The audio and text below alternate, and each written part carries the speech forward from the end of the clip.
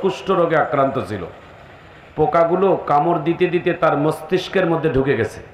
পোকার কামড় যখন কিট করে মারে, আইয়ুব আলাইহিস সালাতু সালাম কি বলে দেখেন, আপনারা দেখেন, আমরা বললে আহ, আমরা বলি উহ, ও বাবারে, ও মারে। আইয়ুব আলাইহিস সালাতু সালামকে যখন পোকা কামড় দেয়, তার একটা আওয়াজ আসে। আওয়াজটা কি জানেন? আমার সঙ্গে বলবেন, আল্লাহু আকবার। আইয়ুব আলাইহিস সালাতু সালামকে একবার আল্লাহ তাআলা নিজেই জিজ্ঞাসা করছিলেন, হে আইয়ুব, তুমি কেমন আছো? আচ্ছা, আইয়ুব আলাইহিস সালাতু সালাম কেমন আছে আল্লাহ জানে না? আল্লাহ দেখে না? আল্লাহ জানে। তারপরও তার বান্দাকে জিজ্ঞাসা করে, তার নবীকে জিজ্ঞাসা করে, আইয়ুব তুমি কেমন আছো? যাকে 18 বছর যাবত পোকা কামড় দেয় তাকে জিজ্ঞাসা করে তুমি কেমন আছো। আর পয়গম্বর কেমন, তিনি কি জবাব দিচ্ছে দেখেন। পয়গম্বর বলছে আলহামদুলিল্লাহ। আল্লাহ তুমি যেভাবে তোমার বান্দাকে রাখছো, তুমি যদি খুশি রাখো, আলহামদুলিল্লাহ, আমি আলহামদুলিল্লাহ বলেন। এজন্য শরীরের রোগ ব্যাধি আল্লাহ দেয়, এটাও একটা ইমানের পরীক্ষা। এটা আল্লাহ তাআলা পরীক্ষার জন্য দেয়, জীবনের গুনাহটা মাফ করার জন্য দেয়। অসুস্থতায় বিছানার মধ্যে ঝুলে রাখা এটা কোনো খারাপই লক্ষণ না। এটা আল্লাহ তাআলা তার জীবনের গুনাহটা মাফ করার জন্য আল্লাহ তাআলা তার কষ্ট দেয়। যে ব্যক্তি অসুস্থতায় কষ্ট পড়ে আল্লাহ তাআলার প্রতি সবর করে, তার প্রতিটি সেকেন্ডে আল্লাহ তাআলা কোটি কোটি কবিরা গুনাহ মাফ করে দেয়। এজন্য জ্বর, সর্দি, হাসি, তারপরে অসুস্থতা, এটা কখনো খারাপ মনে করবেন না। এটা আল্লাহ তাআলার পক্ষ থেকে আমাদের জন্য নেয়ামত। একটু সবাই জোরে বলেন আমিন। আমরা অত্যন্ত অল্প সময়ের ভিতরে কিছু গুরুত্বপূর্ণ নসিহত বলবো এবং শুনবো, সবই আল্লাহর নিয়তে, আল্লাহ তাআলার খুশির জন্য। আলহামদুলিল্লাহ, আলহামদুলিল্লাহ জাআলা আশ-শামসা ওয়াল কমারা বিহুসবান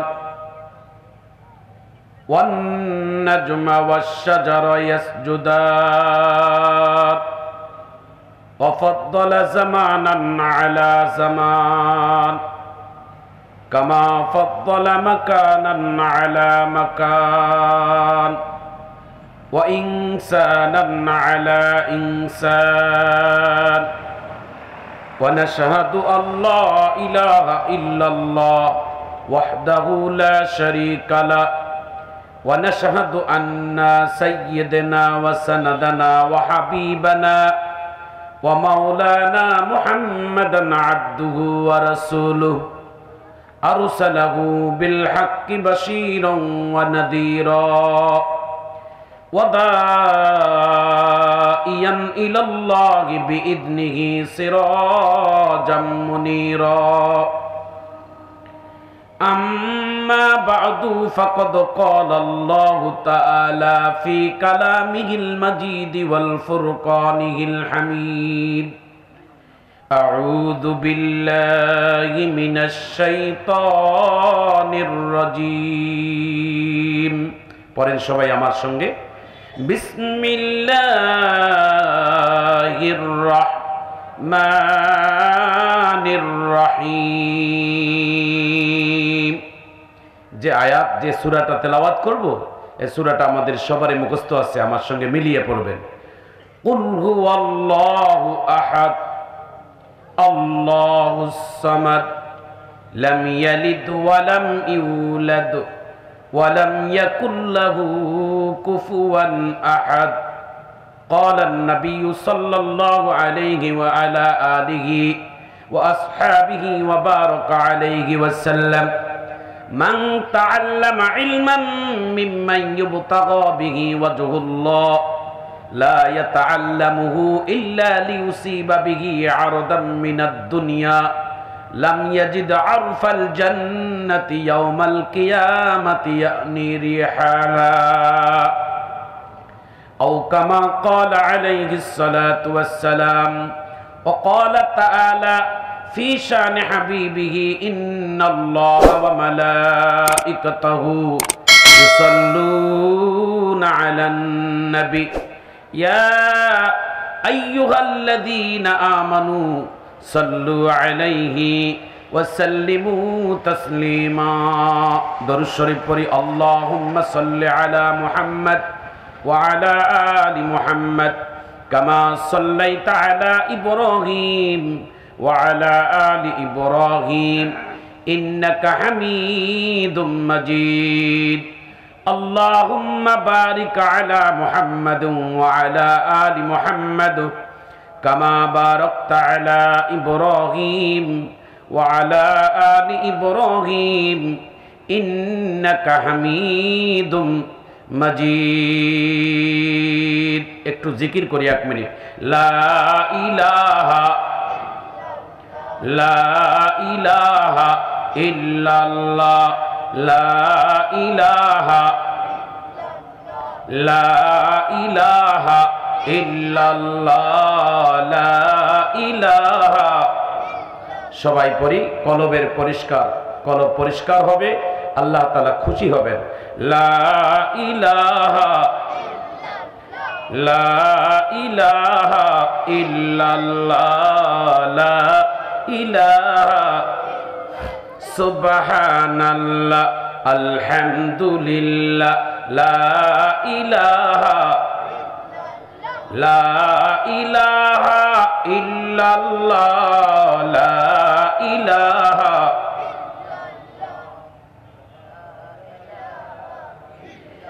दुनिया में हो दुनिया का तलब, दुनिया में हो दुनिया का तलबगार नहीं हो, दुनिया में हो दुनिया का तलबगार नहीं हो, बाजार से गुजर हो खरीदार नहीं हो, बाजार से गुजर हो खरीदार नहीं हो। ला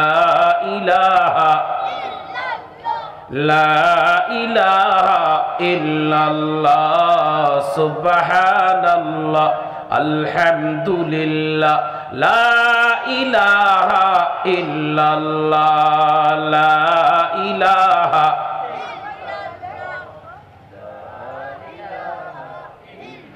তেলের গাড়ি তেলে চলে, হাওয়ার গাড়ি হাওয়ায় চলে, তেলের গাড়ি তেলে চলে,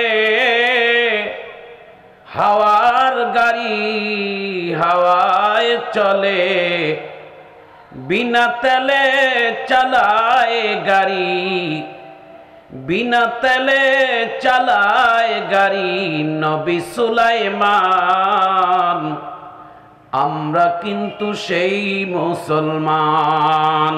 লা ইলাহা ইল্লাল্লাহ সুবহানাল্লাহ আলহামদুলিল্লাহ, লা ইলাহা ইল্লাল্লাহু মুহাম্মাদুর রাসূলুল্লাহ সাল্লাল্লাহু আলাইহি ওয়াসাল্লাম। আমানতু বিল্লাহ সাদাকাল্লাহু মাওলানাল আযীম ওয়া সাদাকা রাসূলুহুন নাবিয়্যুল কারীম ওয়া নাহনু আলা যালিকা মিনাশ শাহিদিন ওয়াশ শাকিরিন ওয়ালহামদুলিল্লাহি রাব্বিল আলামিন।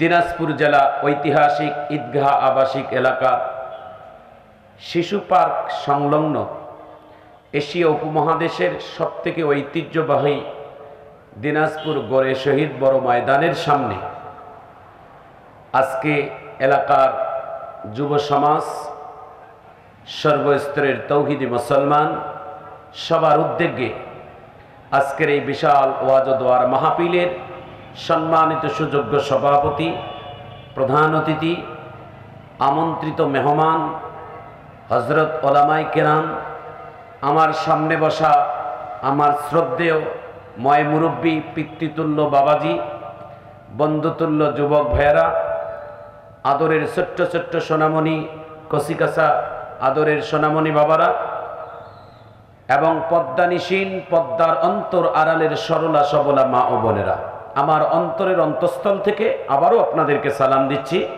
আসসালামু আলাইকুম ওয়া রাহমাতুল্লাহ। আল্লাহ তাআলার দরবারে লাখো কোটি শুকর, অন্তর থেকে আল্লাহ তাআলার দরবারে শুকরিয়া আদায় করি, যিনি আমাদেরকে এমন একটি সুন্দর মজমা, কোরআনের বাগান, জান্নাতের বাগান আপনাকে আমাকে বসার সুযোগ করে দিয়েছেন। এজন্য অন্তর থেকে বলি আলহামদুলিল্লাহ।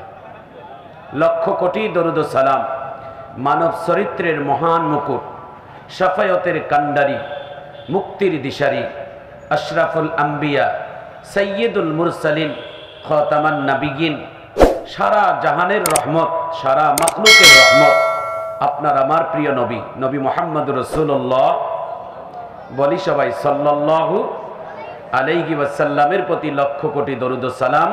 আল্লাহুম্মা সাল্লি আলাইহি, আল্লাহুম্মা বারিক আলাইহি। সম্মানিত মুআজ্জাজ হাজিরিন, শুকরিয়া অন্তর থেকে আদায় করি আমরা, আমাদের অন্তর থেকে আল্লাহ তাআলাকে জানিয়ে দেই, আল্লাহ আপনি আমাকে মুসলমান বানিয়েছেন, এজন্য আলহামদুলিল্লাহ বলি। অন্তর থেকে আল্লাহ তাআলার দরবারে শুকরিয়া আদায় করি, আল্লাহ আপনি আমাকে এমন একটি নবীর উম্মত হওয়ার জন্য উপহার বানিয়েছেন, উম্মত হিসেবে, যে সব নবীর পরে আমার নবী, সব নবীর উম্মতের পরে আমাদের আগমন, কিন্তু জান্নাতে যাওয়ার বেলায় আল্লাহ তাআলা এই উম্মতকেই আগে জান্নাতে ঢুকাবেন। অন্তর থেকে এই জন্য শুকরিয়া আদায় করি। অন্তর থেকে আল্লাহ তাআলার দরবারে আরেকবার শুকরিয়া আদায় করি, এই পৃথিবীতে যত আল্লাহ তাআলা কিতাব নাজিল করেছেন, সর্বশ্রেষ্ঠ আসমানি কিতাব আল্লাহ আপনি আমাদের জন্য বরাদ্দ করেছেন। শুধু তাই নয়, আরেকটি সুসংবাদ শুনলে সুবহানাল্লাহ জোরে বলতে হবে। পৃথিবীতে যত নবী রাসূল আল্লাহ তাআলা প্রেরণ করেছেন, সকল নবী রাসূলের প্রেরণের সঙ্গে সঙ্গে তাদের উপর আল্লাহ তাআলা একটা ওহী দিয়েছেন। তাদের প্রতি যে ওহীটা দিয়েছেন, সেই নবীকে উঠানোর পরে আল্লাহ তাআলা তাদের ওহীগুলোকে উঠিয়ে নিয়েছেন, তাদের ওহীগুলোকে কি করেছেন? বিলুপ্ত করেছেন। কিন্তু আমার নবী আজকে থেকে 1400 বৎসর পার হয়ে গেল, এই নবী আমাদের মাঝে নাই।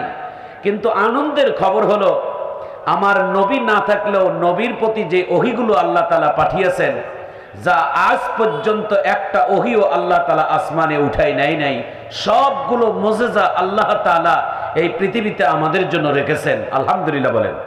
তার মধ্যে অন্যতম একটা মুজিজার নাম হচ্ছেন আল কোরআন। জোরে বলেন কি নাম? এই কোরআন, কোরআনের আয়াত শুনলে, কোরআনের তেলাওয়াত শুনলে ভালো লাগবে না ভাই? বিসমিল্লাহির রহমানির রহিম। ইকরা বিসমি রাব্বিকাল্লাযী খলাক, খলাকাল ইনসানা মিন আলাক, ইকরা ওয়া রাব্বুকাল আকরামুল্লাযী আল্লামা বিল কলম। একটু জোরে বলেন আল্লাহু আকবার। এগুলো কোরআনের প্রথম ভূমিকায় প্রথম নাজিল হয়েছিল আল্লাহ পাকের এই কোরআন। এই কোরআন স্বয়ং আল্লাহ রাসূল বলছেন, কেউ যদি আমি রবের সঙ্গে কথা বলে, সে যেন কোরআনের সঙ্গে কথা বলে। কোরআন কেউ যদি খুলে খুলে তেলাওয়াত করে, সে যেন রবের সঙ্গে কথা বলে। কোরআনের একটা হরফ যদি কেউ পাঠ করে, আল্লাহ তাআলা তার আমলনামায় 10টি করে সওয়াব দান করে। বলেন তো আমার সঙ্গে, আলিফ লাম মিম। এটা একটি ওয়ার্ড, আলিফ লাম মিম। এই যে আয়াতটা পড়লেন, এই যে একটা আয়াত পাঠ করলেন, কিন্তু এটা একটি হরফ নয়, এখানে 3টি হরফ। আলিফ একটা হরফ, লাম একটা হরফ, মিম একটা হরফ। নবী পাক বলেন, এই আলিফ লাম মিম একবার বলার কারণে আল্লাহ তাআলা তার আমলনামায় 30টি নেক দান করবেন। আমার সঙ্গে আরেকবার পড়েন তো, বিসমিল্লাহির রহমানির রহিম।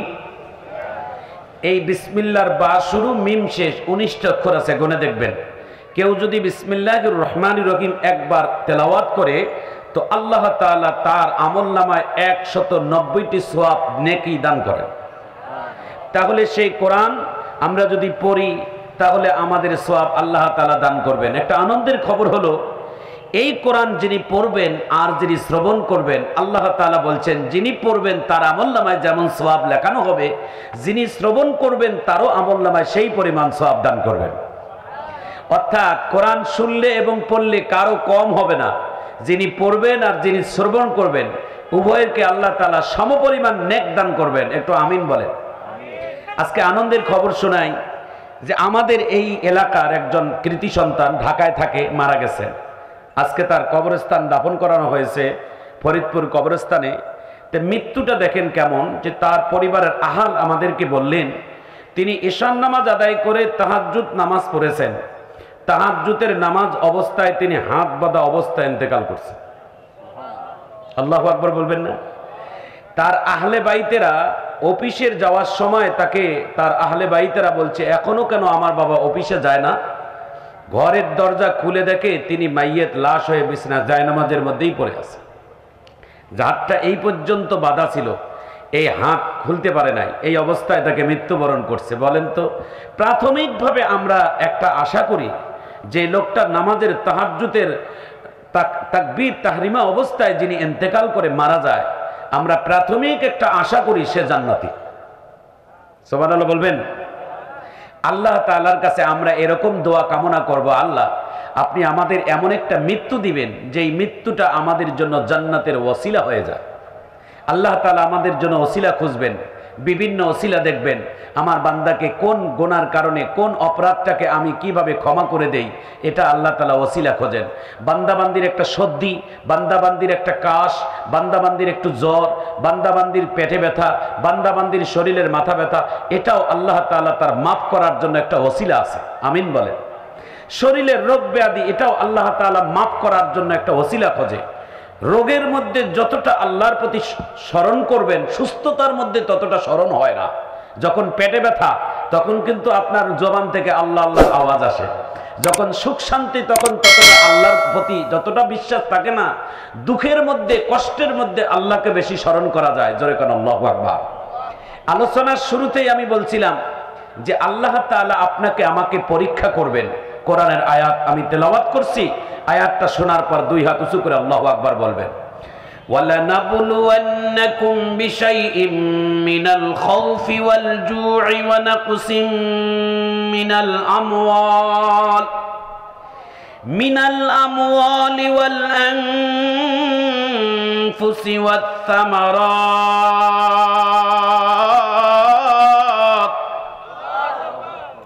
অল্প মানুষ তো, একটু যদি আল্লাহু আকবার জোরে বলেন আমরাও খুশি হব, আল্লাহও খুশি হবেন। আমিন কর, উভয়ের কল্যাণ হবে। আল্লাহু আকবার বললে অসুবিধা আছে? তাহলে যখন অক্ষ করবো দুই হাত উঁচু করে একটু আল্লাহু আকবার বলবেন। এই সামনের ছেলেরা, এই ওইদিকে কি দেখো, এদিকে দেখো।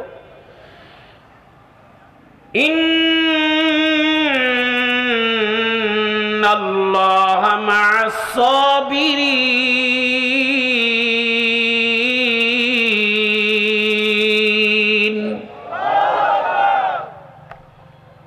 আল্লাহ বলেন আমি যাকে ভালোবাসি তাকে আমি ভয় দিয়ে, ক্ষুধা দিয়ে, অসুস্থ দিয়ে, তাকে আমি দুনিয়ার অনেক কিছু দিয়ে আমি তাকে পরীক্ষা করি। এই পরীক্ষার মধ্যে যারা পাশ করবে আল্লাহ তাআলা চিরসুখের জায়গা তাকে জান্নাত দিয়ে দিবেন। জোরে বলেন। রাসূলের একটি হাদিস আপনাদের সামনে এখন বর্ণনা করব, অত্যন্ত মনোযোগী হবেন। আপনার আমার প্রিয় নবী রাসূল করিম সাল্লাল্লাহু আলাইহি ওয়াসাল্লাম জীবনের প্রত্যেকটা জিনিস কোনো না কোনো একটা বরকত বা কোনো না কোনো একটা নিয়ামত বা কোনো না কোনো একটা পরীক্ষা। রাসূল যদি খেজুর খায় মনে করবেন ওটার মধ্যেও কোনো রহস্য আছে। রাসূল যদি পানি খায় মনে করবেন ওটার মধ্যেও কিছু রহস্য আছে। রাসূল যদি গোসল করে মনে করবেন ওটার মধ্যেও কিছু রহস্য আছে। রাসূলের জীবনের 63 বছর জিন্দেগিতে যাহা কিছু ঘটেছে সবগুলোই রাসূলের রহস্য। আল্লাহু আকবার।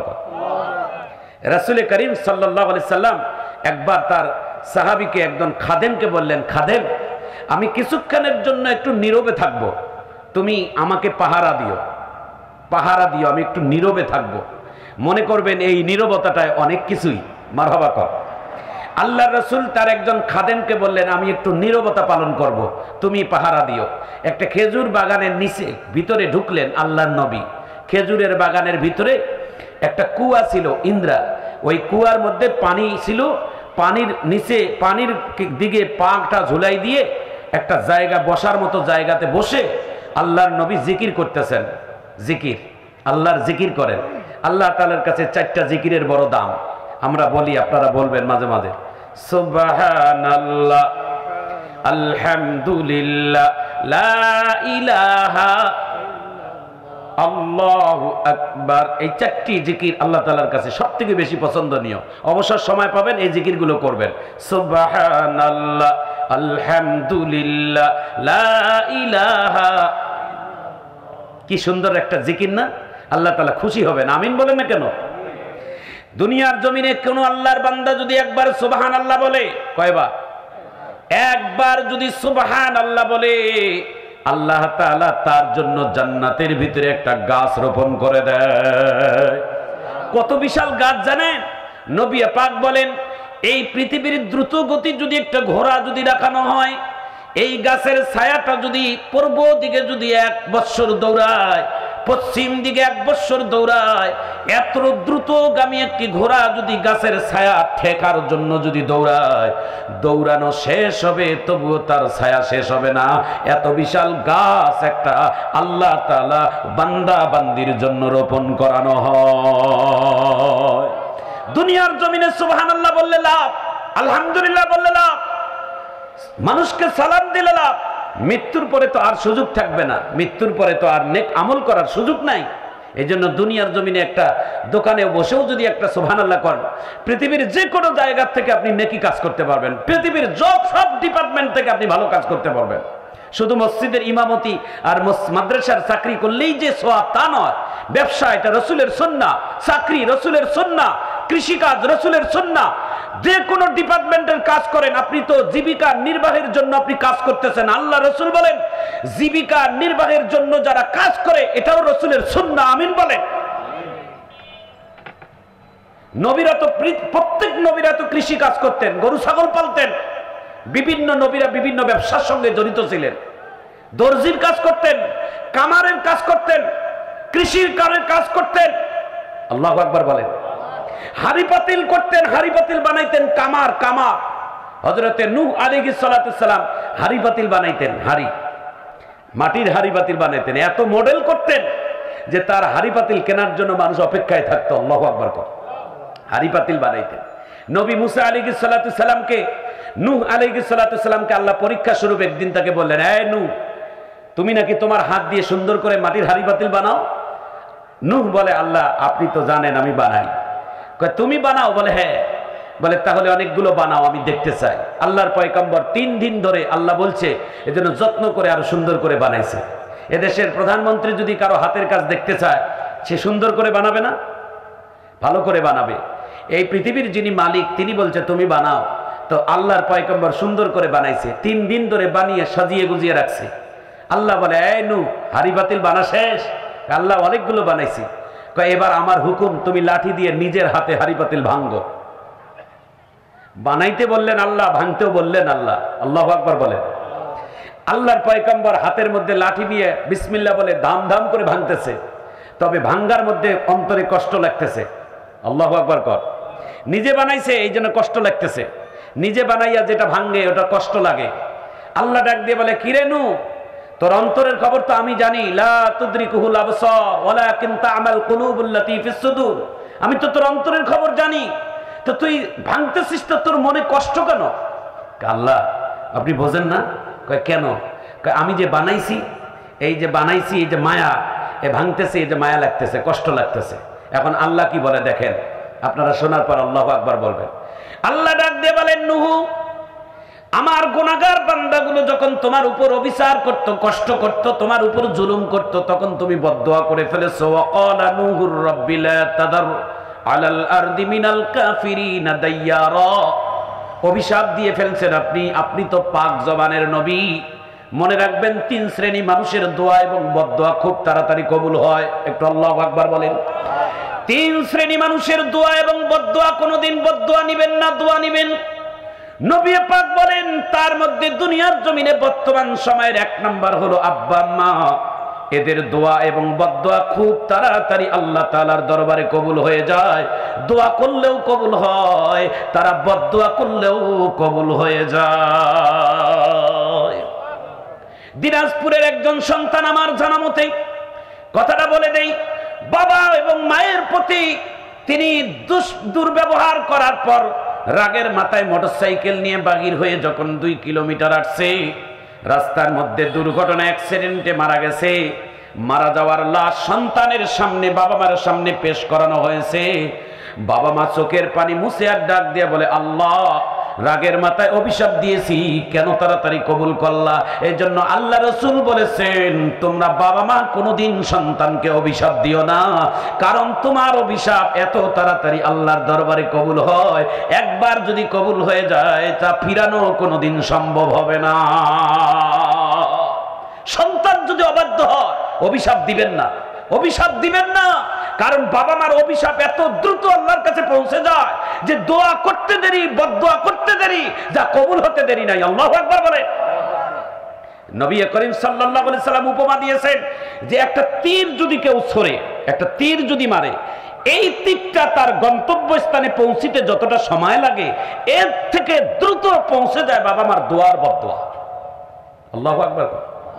এই জন্য কেউ আমরা বাবা মার বদদোয়া নেব না, দোয়া নেব, এটা এক নাম্বার।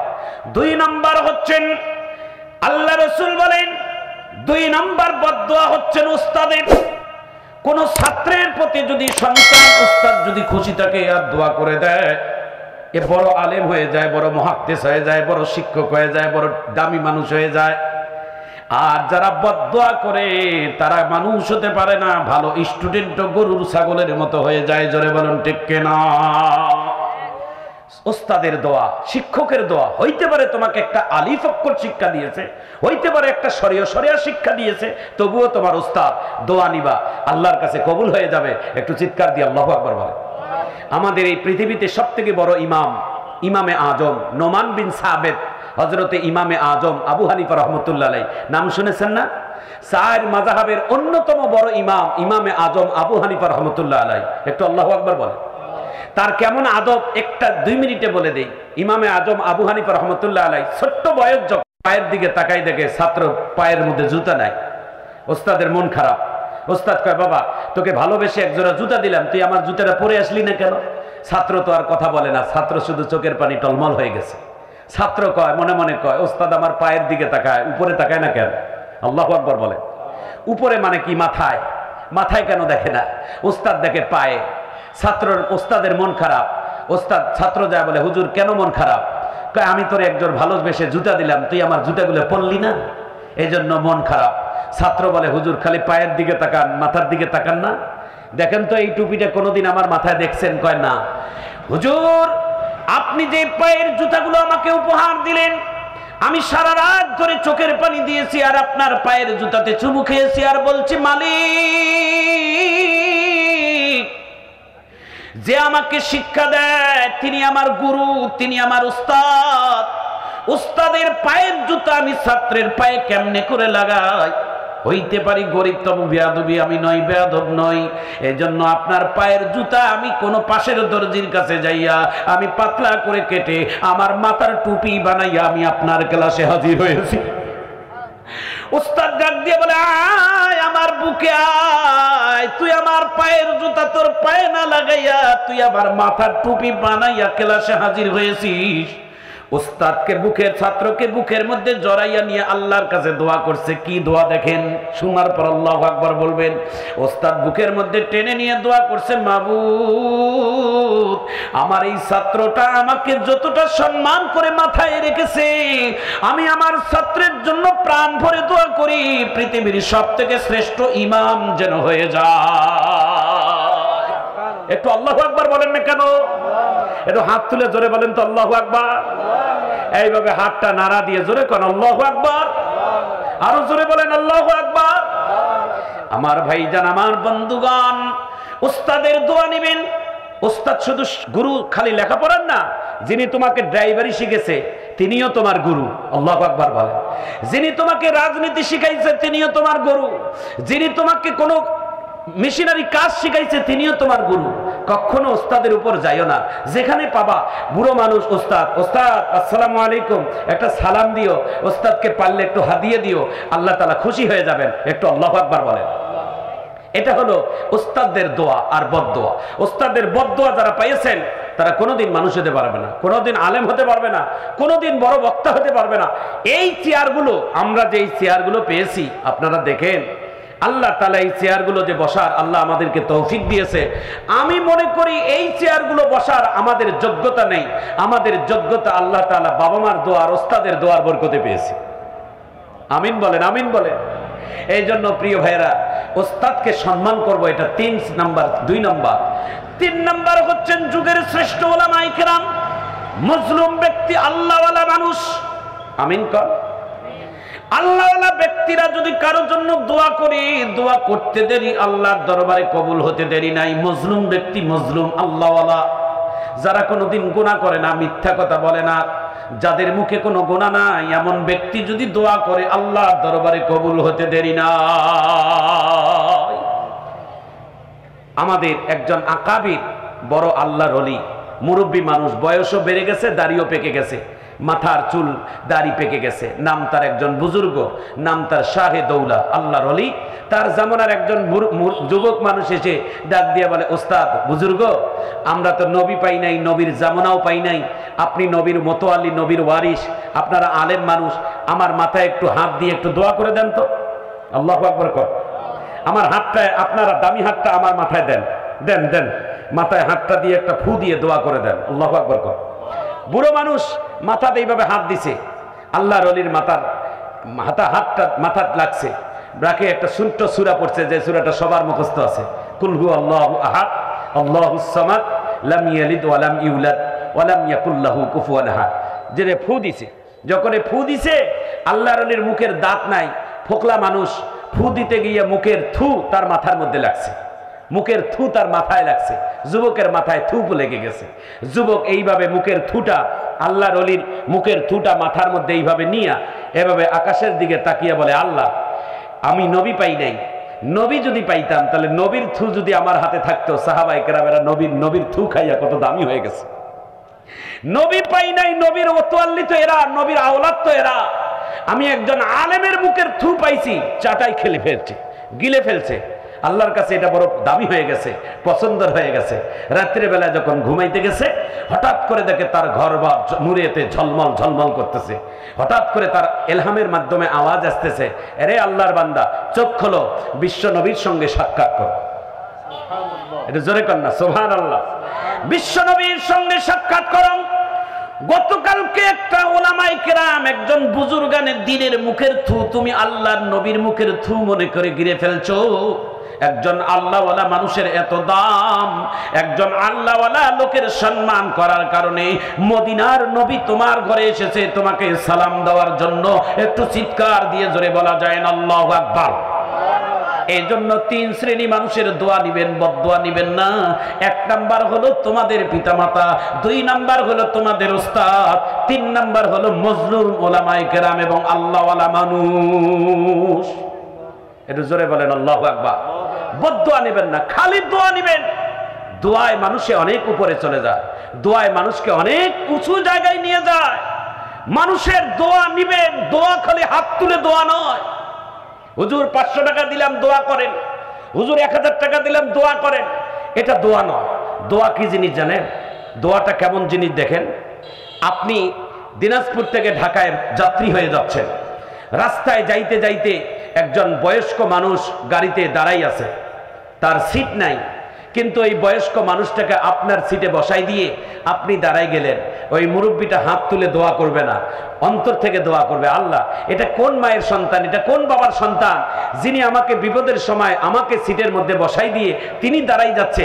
এটাই হলো সব থেকে বড় দোয়া। চিৎকার দিয়ে জোরে বলেন ঠিক কেনা?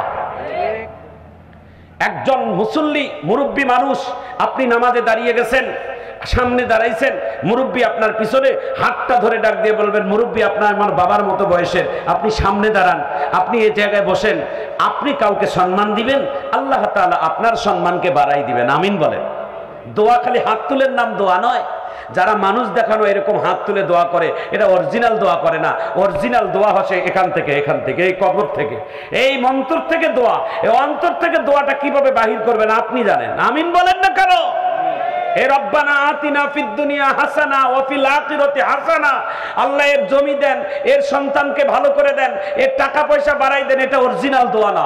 অরিজিনাল দোয়া হলে এই অন্তর থেকে, যে দোয়া কোনোদিন প্রকাশ পায় না, যে দোয়া কোনোদিন বাহিরের মানুষ শোনে না, গোপনে নির্ভয়ে তার দোয়া আল্লাহ তাআলার দরবারে কবুল হয়ে যায়, এমন দোয়াই হচ্ছে মানুষের জন্য অরিজিনাল দোয়া। আল্লাহু আকবার কর। এই দোয়া থেকে, এখান থেকে দোয়া নিবেন, এইখান থেকে। কারো দোয়া যদি নিতে চান এইখান থেকে নিবেন, মুখ থেকে নয়। মুখের দোয়া প্রকাশ হয়, এখানকার দোয়া আল্লাহ তাআলার দরবারে কবুল হয়। একটু চিৎকার দিয়ে আল্লাহু আকবার কর। এই জন্য অন্তর থেকে দোয়া নেব। মুরব্বী ওলামায়ে কেরাম, আমাদের পিতামাতা, আমাদের ওস্তাদ, তেনাদের কাছ থেকে আমরা দোয়া নেব। আল্লাহ তাআলা আমাদের সকলকে যেন কবুল করে নেন, আমিন বলেন। আমার ভাইজান, আমার বন্ধুগণ, আল্লাহর নবী নবী মুহাম্মদুর রাসূলুল্লাহ সাল্লাল্লাহু আলাইহি ওয়াসাল্লাম খেয়াল করেন, খেজুরের বাগানে বসে পাটা ঝুলিয়ে দিয়েছেন, একটা জায়গার মধ্যে বসেছেন আর জিকির করতেছেন, লা ইলাহা, জিকির করতেছেন। আর নবী তার খাদেমকে বলছেন, খাদেম রে, তুমি কিন্তু আমার পারমিশন ছাড়া কাউকে বাগানে ঢুকতে দিও না, আমি একটু নীরবতা পালন করব, আমার কিছু কাজ আছে। খাদেম কিছুক্ষণ পর আল্লাহ নবীকে যায় বলে, ইয়া রাসূলুল্লাহ, ইয়া হাবিবাল্লাহ, আপনি যদি অনুমতি দেন, একজন সাহাবী সামনে গেটের মধ্যে দাঁড়িয়ে আছেন, বারবার গেটের ভিতরে ঢুকতে চাচ্ছে, কিন্তু আমি দেই নাই ঢুকতে, আমি অপেক্ষা রাখছি। আপনি যদি অনুমতি দেন ঢুকতে দেব, আর যদি না দেন তাহলে তার করাই রাখবো। আল্লাহর নবী চোখটা খুলে ডাক দিয়ে বলে, কে এসেছেন? বলে, আবু বকর সিদ্দিক, আপনার বন্ধু, আপনার প্রথম সাহাবী, তিনি এসে হাজির হয়েছেন, আপনার সঙ্গে দেখা করতে যায়। আল্লাহর নবী ডাক দিয়ে বলেন, এ সাহাবী, আমার আবু বকর যখন এসেছেন অসময়, তাহলে আমি নবীর সালাম দাও এবং আমি নবীর পক্ষ থেকে তার জন্য একটা সুখবর দিয়ে দাও। বলে, কি সুখবর? বলে, আমি আল্লাহ তাআলার পক্ষ থেকে নবীর মাধ্যম দিয়ে তাকে জান্নাতের সুসংবাদ দিয়ে দাও। একটু সুবহানাল্লাহ জোরে কর না কেন? আচ্ছা বলেন তো সবাই, আমার নবী যদি কাউকে জান্নাতের সুসংবাদ দেয়, আমার নবী দেয় নাই, আমার আল্লাহ দিয়েছেন, আমিন বলে। আমার নবীর কাছে তো জান্নাতের সুপারিশ। আমার নবী যদি কাউকে সুপারিশ করে, তার জন্য জান্নাত ওয়াজিব হয়ে যাবে, আমিন কর। আমার নবী যদি কারোর জন্য সুপারিশ না করে, সে যত বড় ওলি হোক, গাউস হোক, আল্লাহওয়ালা হোক, কোনোদিন আল্লাহর জান্নাতে যাইতে পারবে না, কেউ পারবে না। জান্নাতে যেতে গেলে আমার নবীর শনাক্ত লাগবে, নবীর সুপারিশ লাগবে। এই নবীর সুপারিশ কারা কারা চাই? একটু আস্তে করে হাত তুলে আল্লাহু আকবার বলি তো দেখি। হাতটা তুলে রাখেন, এভাবে টনটন করে রাখেন, আল্লাহ দেখুক, আমিন বলেন। ছোট্ট আকারে একটা তাকবীর দেন, নারায়ে তাকবীর। আরো জোরে আওয়াজ তুলে বলেন, নারায়ে তাকবীর, নারায়ে তাকবীর। আল্লাহর নবী ডাক দিয়ে বলেন, আমার আবু বকরকে আসতে বলো। আবু বকর আল্লাহর নবীর সামনে আসলেন। আল্লাহর নবী ইশারায় তাকে ডান দিকে বসালেন। আল্লাহর নবী কথা বলেন না আবু বকরের সঙ্গে, আল্লাহর নবী জিকিরে মশগুল। আবু বকর বলে, তাহলে এখন আর কথা বলার দরকার নাই, আমিও জিকির করি, আল্লাহু আকবার বলেন। কিছুক্ষণ পর আরেকজন সাহাবী নবীর খাদেম এসে ডাক দিয়ে বলে, ইয়া রাসূলুল্লাহ, ইয়া হাবিবাল্লাহ, আপনার আরেকজন সাহাবী এই মুহূর্তে হাজির হয়েছে, আপনি যদি অনুমতি দেন ভিতরে ঢুকতে বলবো, না দিলে ওখানে দাঁড় করাই রাখবো। আল্লাহর নবী বলে, কে আসছে? কয়, উমর আসছে। আল্লাহু আকবার কর। আল্লাহর নবী ডাক দিয়ে বলে, উমরকেও আসতেও বলো এবং আমি নবীর পক্ষ থেকে জান্নাতের সুসংবাদ দিয়ে দাও।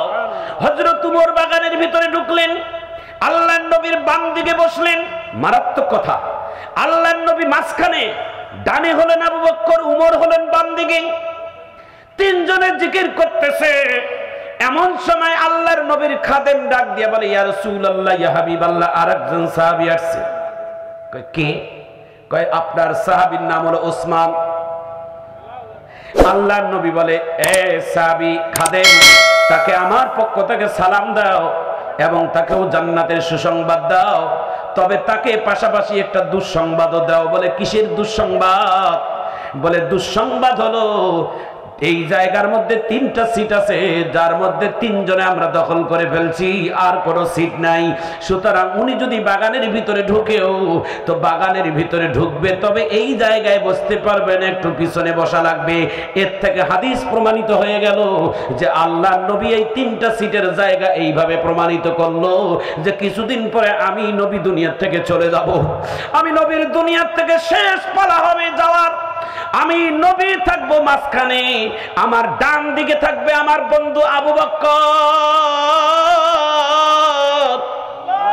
আমার বাম দিকে থাকবে উমর, দুই দিকে 2 জন বন্ধু থাকবে, আমি নবী থাকবো মাঝখানে জান্নাতুল বাকি রাসূলের রওজার পাশে।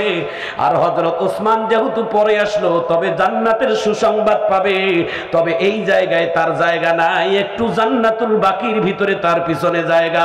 একটু হাত তুলে জোরে বলা যায় না আল্লাহু আকবার। আমার ভাইজান, আমার বন্ধুগণ, আল্লাহর নবী ডাক দিয়ে বলে, সাহাবীরে আমার উসমানকে একটা দুঃসংবাদ দাও। বলে দুঃসংবাদটা কি? বলে সামনে তার বিপদ আছে, এই বিপদের কথা তাকে তুমি আগাম জানিয়ে দাও।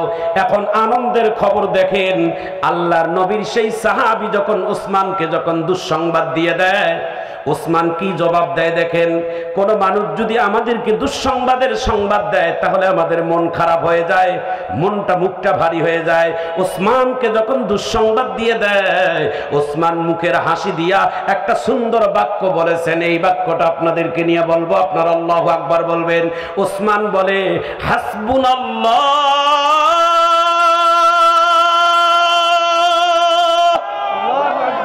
হাত তুলে এই ছেলেগুলো জোরে বলতে পারেন না, আমি বলবো আপনারা হাত তুলে বলবেন।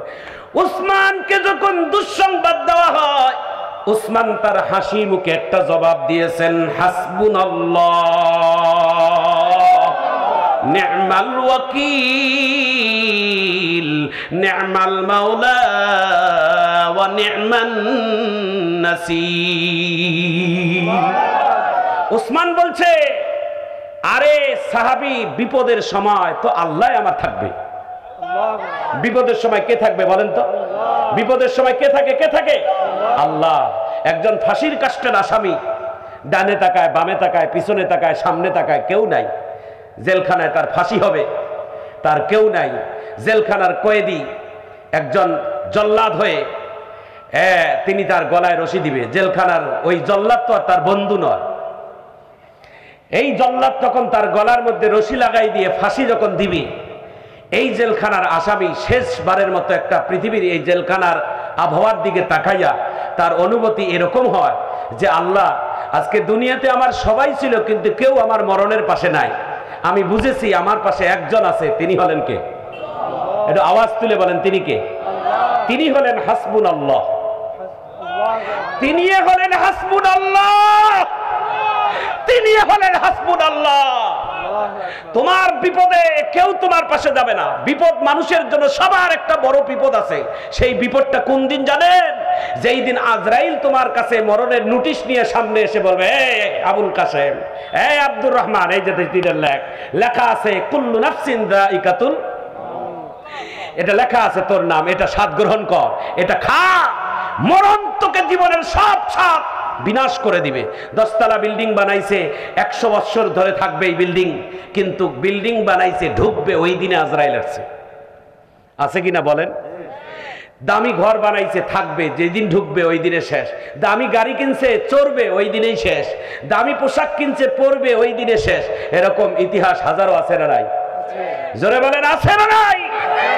দুনিয়ার সমস্ত স্বাদকে মিটিয়ে দিবেন আপনার মরণ। এই জন্য আমরা মাঝে মাঝে বলি, দুনিয়া কারোর জন্য আপন নয়, দুনিয়ার কোনো মানুষ তোমার আমার জন্য আপন নয়। যাদেরকে তোমরা আপন ভাবো তারা তোমাদের কেউ আপন নয়। দল তোমার আপন নয়, বাবা মা তোমার আপন নয়, সন্তান সন্ততি তোমার আপন নয়, ছেলে মেয়ে তোমার আপন নয়, বন্ধু বান্ধব তো দূরের কথা। কোরআন বলছে, ইয়াউমা ইয়াফিরুল মারউ মিন আখি ওয়া উম্মিহি ওয়া আবি। আল্লাহু আকবার বলে, কেউ তোমার আপন নয়, কেউ না। তোমার আপন একজন, তিনি কে? যখন তোমার কেউ ছিল না, যখন তোমার কেউ ছিল না তখন ছিলাম আমি, যখন তোমার কেউ থাকবে না তখনও থাকবো আমি। তিনি হলেন আমার আল্লাহ। তিনি কে? তিনি কে? মায়ের পেটের ভিতরে আল্লাহ তাআলা যখন তোমাকে রাখছিল, আল্লাহ পাক কোরআনে বলছেন তোমাকে মায়ের পেটের ভিতরে তিনটা অন্ধকারের ভিতরে তোমাকে 9 মাস 10 মাস রেখেছি। 3 অন্ধকার বলতে মায়ের পেটের ভিতরে পাতলা পর্দার অন্ধকার, মায়ের জরায়ুর ভিতরের অন্ধকার, মায়ের পেটের ভিতরের অন্ধকার। সবাই বলেন এই পৃথিবীর যত ইঞ্জিনিয়ার ডাক্তার আছে গবেষক আছে সবাই যদি কোনো কাজ করতে চায় আলো দিয়ে করতে হয়, বাতির আলো করতে হয়।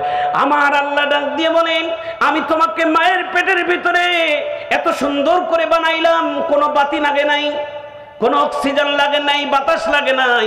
আমি আল্লাহ তাআলা কুদরতি হাত ব্যবহার করে তোমাকে মানুষ রূপে বানাইছি। আল্লাহু আকবার বলে। নিজের চেহারাটার দিকে তাকাইয়া আল্লাহ তাআলা শুকরিয়া আদায় করবেন। কিরে আল্লাহ এই চোখ কত দামি চোখ দিয়েছেন, হ্যাঁ এই চোখ দুটো পৃথিবীর সমস্ত আয়ের টাকা দিয়ে একটা চোখ কিনতে পারবেন? কথা বলেন নাকি? একটা চোখ এই চোখের মধ্যে কতগুলো নিয়ামত আল্লাহ রাখছেন। একটা চোখের মধ্যে বিজ্ঞানীরা বলেছেন 12,000 ক্যামেরা রাখছে। 12,000 কত হাজার? 2 চোখের মধ্যে 24,000 ক্যামেরা রাখছে, যার প্রত্যেকটা ক্যামেরার পারপাসে আল্লাহ আলাদা আলাদা তার দিয়েছেন, কোন তারের সঙ্গে তারের সংযোগ দেয় নাই। আল্লাহ বলেন যদি সংযোগ হতো তাহলে ফায়ার হতো, বান্দা উল্টা পাল্টা দেখতো। এই জন্য আমি আল্লাহ তাআলা সূক্ষ্ম 12,000 ক্যামেরার তার 12,000 আলাদা করে রাখছি। এই জন্য বিজ্ঞানীরা গবেষণারা যখন বড় বড় অপারেশনে যায়, যখন গবেষণা করে তারা তখন কালেমা পড়ে মুসলমান হয়ে যায়। আল্লাহু আকবার বলেন, আল্লাহু আকবার বলেন। আপনার এই বুকটার ভিতরে একটা হার্ট আছে, হার্ট, এটা দেখবেন হার্ট, এটা মাঝে মাঝে এইভাবে ছেড়ে দেয়, এভাবে ছাড়ে। আপনারা মনে করেন এটার আওয়াজ হয় ফাকাস ফাকাস আওয়াজ, না, এটা কি করে জানেন? তারা বিশেষজ্ঞরা তারা মন্তব্য করেছেন এই যে আওয়াজটা, এই যে দেখবেন কলবের মধ্যে একটা দুপ দুপ দুপ একটা শব্দ আসে, ডাক্তারেরা চিকিৎসারা এটাকে দেখে, এটা দেখবেন এই আওয়াজটা দুকদুকের নয়, এই আওয়াজটা আমার মাওলার জিকির। এটা কি করে? আল্লাহ বলে, আল্লাহ বলে জিকির করে। একটু চিৎকার দিয়ে জোরে করো আল্লাহু আকবার। আমার ভাইজান, আমার বন্ধুগণ, আল্লাহ তাআলা আমাদের কত সুন্দর করে বানাইছেন, কত সুন্দর করে আল্লাহ বানাইছেন। আজকে বিজ্ঞান, আজকে ডাক্তার, আজকে চিকিৎসা, আজকে আদর্শ, সবকিছু আল্লাহ তাআলা এই ইসলাম থেকে, কোরআন থেকে রিসার্চ করে করে আজকে আল্লাহ তাআলা এই দুনিয়াতে প্রেরণ করেছেন। এই জন্য আমরা আল্লাহ তাআলার প্রতি শুকরিয়া আদায় করব, মাঝে মাঝে আল্লাহ তাআলার নিয়ামতের শুকর করব। একটু চিৎকার দিয়ে জোরে করো আল্লাহু আকবার। যে কথাটা বলছিলাম ভাই, মনোযোগ দিয়ে শোনেন। বিপদের সময় কাকে স্মরণ করব? শরীরের মধ্যে ঘাও হয়ে দুর্গন্ধ হয়ে পচা গন্ধ যখন বাহির হয়, তার স্ত্রী ছিল 4 জন, ছেলে মেয়ে ছিল, সবাই সরে গেছে, তার জনগণ সরে গেছে। এক পর্যায়ে গ্রামের মানুষ পর্যন্ত তাকে দুর্গন্ধে সহ্য করতে না পেরে জঙ্গলে ফেলাই দিয়েছে। আমার ভাইজান, আমার বন্ধুগণ, বাংলা একটা কথা আছে, বিপদের সময় বন্ধুর পরিচয়, বিপদের সময় অরিজিনাল বন্ধুকে এটা প্রমাণ করা যায়। জোরে বলুন ঠিক কিনা? বিগত দিনগুলো আপনারা দেখেছেন যে করোনা আমাদের শিক্ষা দিয়ে গেল। এই করোনা একটা ছোট্ট ভাইরাস আমাকে গোটা পৃথিবীর মানুষকে শিক্ষা দিয়ে গেল যে দুনিয়ার কোনো মানুষ আপন নয়। কথা বলেন ঠিক কিনা? ছোট্ট একটি ভাইরাস, যারকে করোনা ধরছে তার কাছে কেউ যায় না, কেউ যায় না। আমাদের দিনাজপুরের একজন উপজেলা চেয়ারম্যান, দিনাজপুরের নাম বলবো না, উনি করোনায় আক্রান্ত, আমাদের M Abdur Rahim medical college হসপিটালে ভর্তি। কেমনে করে হঠাৎ করে বলছে যে আমি আবুল কাশেম হুজুরকে একটু দেখতে চাই। আমি বললাম এই চেয়ারম্যান আর পায় না, আমাকেই খুঁজে পাইলো, তার মানে এও মরবে আমাকেও মারবে। আমাকে যখন দেখতে চায়, আমি চিন্তা করলাম এখন যদি না যাই তাহলে তো এই লোকটা আমাকে দুর্বল ভাববে। আর আমিও চিন্তা করলাম আমি যাব একাই কেন, আমিও 10-12 জন হুজুর নিয়ে মরব। আমিও আমার মাদ্রাসার 2-4 জন হুজুরকে নিয়ে দিনাজপুর মেডিকেল কলেজে যখন তার রোগীর সঙ্গে দেখা করতে যায়, তো ডাক্তার নার্সেরা আমাকে বলে হুজুর ঠিক আছেন তো? মানে তার মানে বলে হুজুর আপনি জানেন যার সঙ্গে দেখা করতে যাচ্ছেন তিনি করোনা রোগে আক্রান্ত? জানি। তারপরেও যাচ্ছেন?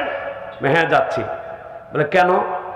বলে আমরা আল্লাহকে ভয় করি, আমরা এই করোনাকে ভয় করি না, আমরা আল্লাহকে ভয় করি। আল্লাহু আকবার কর। আল্লাহর কসম, এখানে যারা আমার সঙ্গে গেছেন তারাও আছেন, আমি মিথ্যা বলি না, তারাও আছেন। আমি করোনা রোগীর কাছে যাই, মাথার কাছে বসছি, মাথায় হাত বুলিয়ে দিয়েছি, হাতটা বুলাই দিয়েছি দিয়ে বলছি আপনার কিছু হবে না, আপনি আল্লাহর প্রতি বিশ্বাস রাখেন, আল্লাহকে ডাকেন, আল্লাহ আপনার প্রতি সহায়ক হবে, আল্লাহ আপনাকে সুস্থ করে দিবেন। ও লোকটা আজও হসপিটাল থেকে বাহির হয়ে আমাদেরকে বলে নাই। বিপদের সময় যারা পাশে দাঁড়ায় তারাই তো হচ্ছেন প্রকৃত বন্ধু।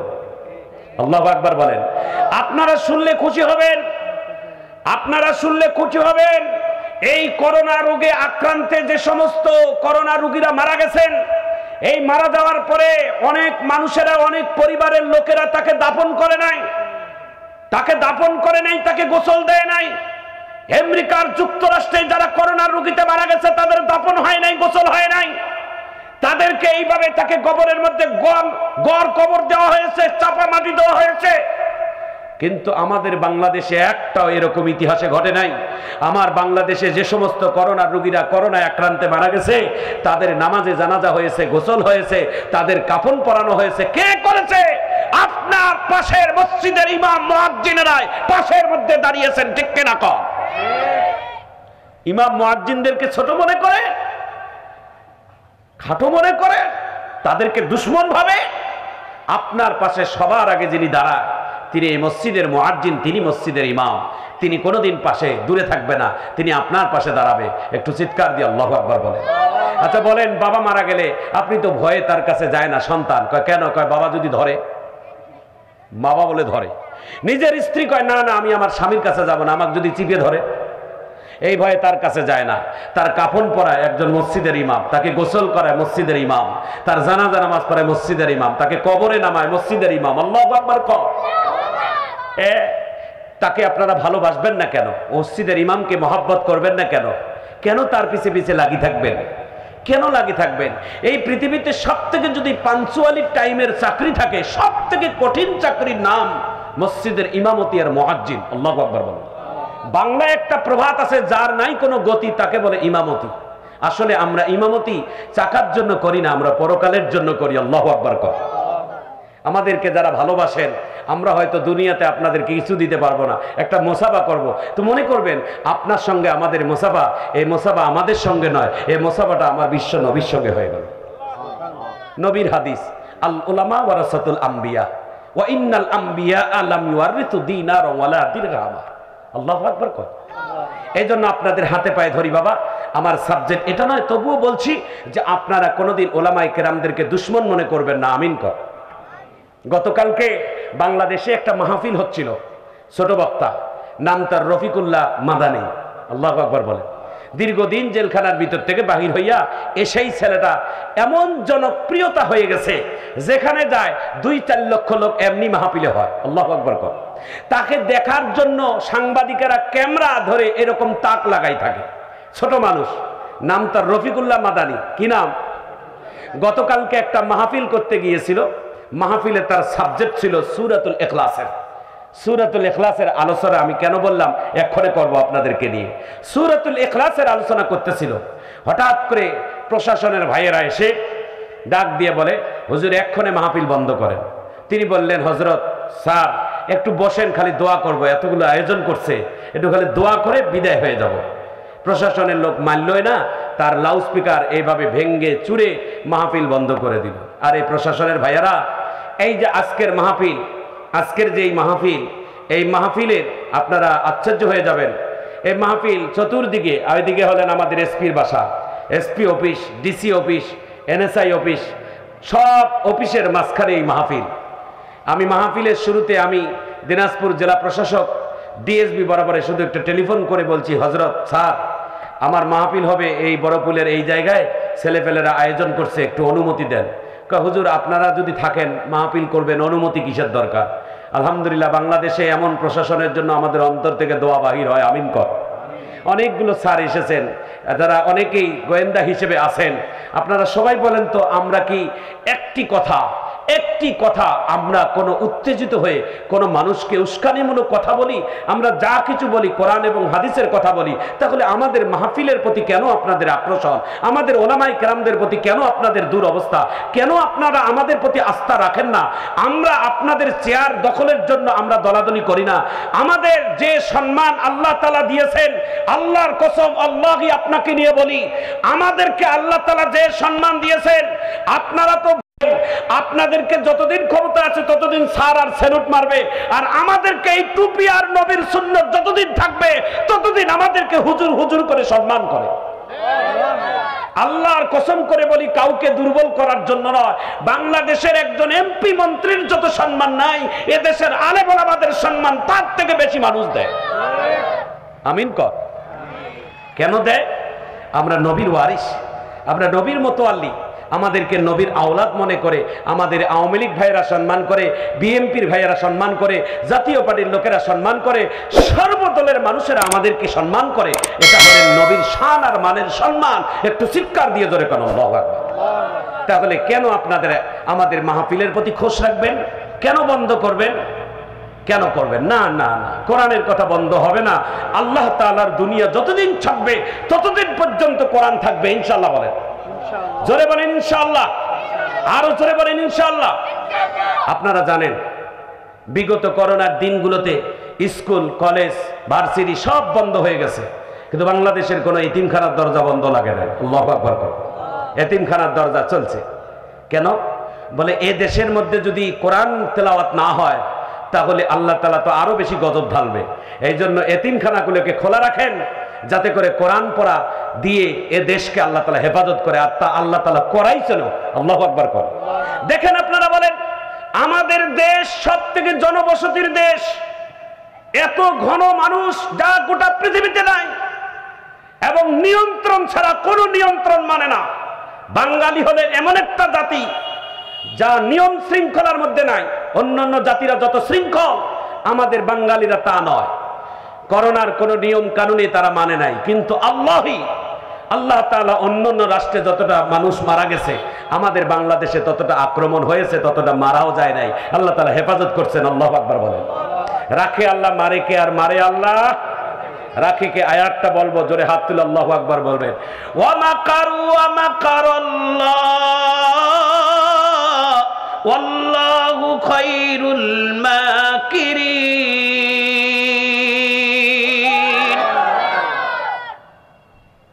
যদি থাকে অন্তরে ঈমান, তাহলে তার কোনো ভয় নাই। দুনিয়াতে কোনো জায়গায় তার ভয় নাই। ভয় নাই তার কবরেও, ভয় নাই তার মিজানেও, ভয় নাই তার ফুলসেরাতেও, ভয় নাই তার হাসরের ময়দানে। সব জায়গায় আল্লাহ তাআলা তাকে পার করাবেন। আল্লাহু আকবার কর। জোরে বলেন আল্লাহু আকবার। আমার ভাইজান, আমার বন্ধুগণ, সাক্ষাৎ করে কথাটা বলে দেই। আল্লাহ তাআলার নবীর সাহাবী, নাম তার হচ্ছিলেন উসমান। উসমান রাদিয়াল্লাহু তাআলা আনহু যখন বিপদের কথা শুনলেন, উসমানের মুখ থেকে একটা আওয়াজ বাহির হয়েছে, হাসবুনাল্লাহ হাসবুনাল্লাহু ওয়া নি'মাল ওয়াকিল। উসমান কোন হাদিসের রাওয়াতে পাওয়া যায়, আল্লাহর নবীর নিজের হাতের একটা আংটি উসমানকে উপহার দিয়ে বলেন, উসমান, আমি নবীর হাতের একটা আংটি তোমাকে উপহার দিলাম। এই আংটিটা তোমার হাতে ধারণ করো। যতদিন এই আংটিটা তোমার হাতে থাকবে, বিশ্ব নবীর আংটি তোমার হাতে থাকার কারণে কোনো বিপদ আসবে না। যখন এই আংটিটা তোমার হাতছাড়া হয়ে যাবে, তখন থেকে তোমার প্রতি আল্লাহ তাআলা মুসিবত দিয়ে দিবে। আমার ভাইজান, আমার বন্ধুগণ, সবে তো আল্লাহর নীলা খেলা। আল্লাহু আকবার বলেন। উসমান বিশ্ব নবীর হাতের আংটি পরে ওই যে বীরে শেফা, যেই কুয়ার মধ্যে আমার নবী ওসমান, আলী, ওসমান, আবু বকর, উমর আর আমার নবী বসে মাঝে মাঝে জিকির করতেন, ওই জায়গায় বেশি বেশি যায় বসতেন আর এই কুয়ার নিচে তাকাইতেন আর আংটি নাড়তেন আর জিকির করতেন। একদিন হঠাৎ করে জিকির করতেছে আর আংটি নাড়তেছে, হঠাৎ করে উসমানের হাত থেকে বিশ্ব নবীর হাতের আংটিটা ইন্দ্রের মধ্যে পড়ে গেছে। আল্লাহু আকবার। এই তো খেলা শুরু হয়ে গেল উসমানের পরীক্ষা। কিন্তু উসমান রাদিয়াল্লাহু তাআলা আনহু যত পরীক্ষা এসেছে, সব পরীক্ষার মধ্যে তিনি অটল ছিল। এক নাম্বার বিশ্বাসী ছিল আল্লাহি, আল্লাহর প্রতি। একটু চিৎকার দিয়ে জোরে কোন আল্লাহু আকবার।